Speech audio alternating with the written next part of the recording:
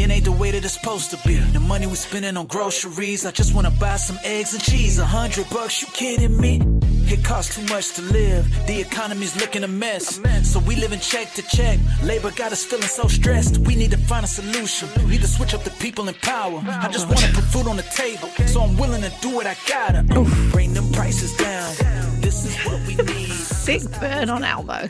Everyone shut up, because the Liberal Party have released a diss track and it's the greatest moment of the campaign so far. I have absolutely no notes. It is perfection.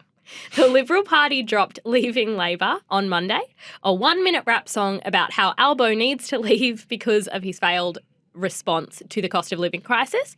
So it's against this heavy beat, as you've heard, and like whirring sirens, like police vibes, and an unidentified artist. They call out the prices of groceries, rent, and electricity. My favourite line is, I just want to buy some eggs and cheese, $100, you kidding me? True. Hard relate. It's my favourite line because it doesn't cost $100. And also that issue is so complex, you can't really just blame Albo. But anyway, again, no notes, it's perfection. I believe election messages and just general discourse should only be delivered via diss track, as should the budget. I think that is now how politics should go. That's exactly what it should be. Now, both parties have been trying to appeal to younger voters because millennial and Gen Z voters outnumber their older counterparts at the polls. For this election, the election literally hangs on them.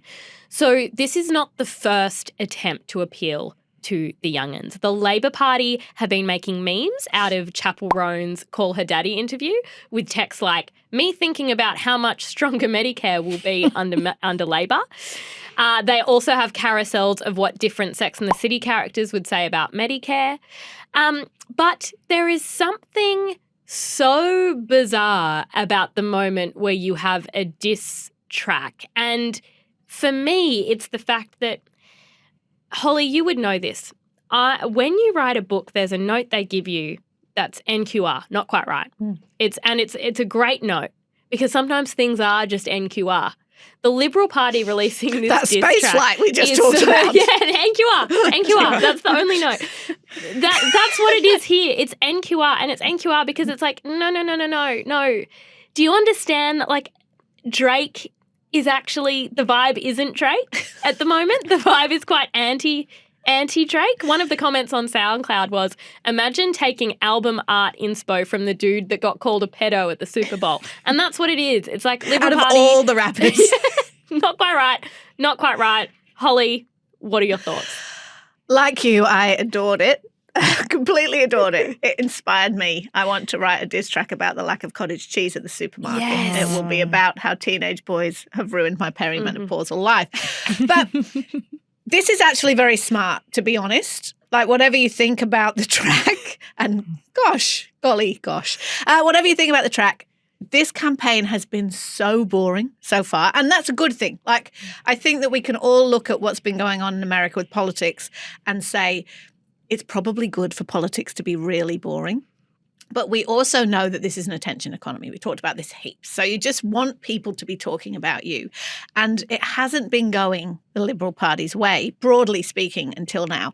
Well, until now, because this is going to change everything. No, but like what you need something that will grab attention and headlines. And this is that. I've been looking at all the memes on the Labor Party and the Liberal Party's TikTok and Instagram, and some of them are cringy, but some of them are quite funny. You know, they've employed a whole load of young people in inverted commas and said, we'll let you do what you want. In fact, when Dutton was first asked about this diss track, he hadn't heard it. He didn't know anything about it.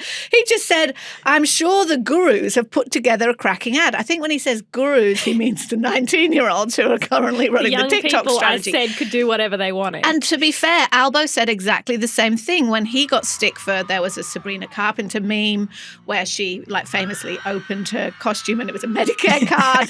And again, he was asked about that flat out at a press conference and he was like, I have no idea what you're talking about. So those men are playing their roles as the clueless boomers very, very well.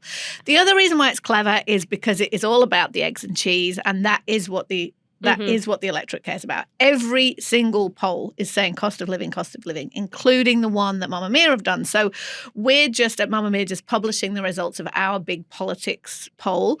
And we got responses from more than 1,000 women from all over the country in different age groups and different demographics.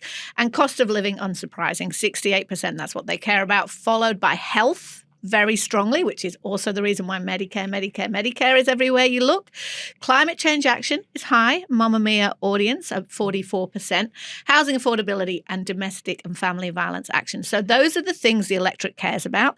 So if you're going to write a diss track, then at least they picked the right topic. You're the target market. What does it do for you? Are you convinced? I'm not convinced, unfortunately. Love the beat. Thought that was great and might listen to it on my run. You were bopping. I was bopping. You liked it's a bop. it a lot. It's a bop. I'm just confused on who the actual target demo is. And I have a feeling they're wasting a lot of time trying to appeal to the broader Gen Z. I recently saw an Instagram reel that was posted by ABC Perth. They sent a few of their journalists to a massive music festival in WA, Hyperfest. Do young people recognise our political leaders? Is that Malcolm Scott? No. That's not Malcolm Scott. No, what's his name? Anthony Albanese. That's my Prime Minister. I've never seen him in my life. He looks like my dad. He's bald. You know who he is? No. What's his name? Oh, Peter Dutton? Yeah. No, I'm really sorry, but I probably couldn't care less. No idea who that is. No. No idea.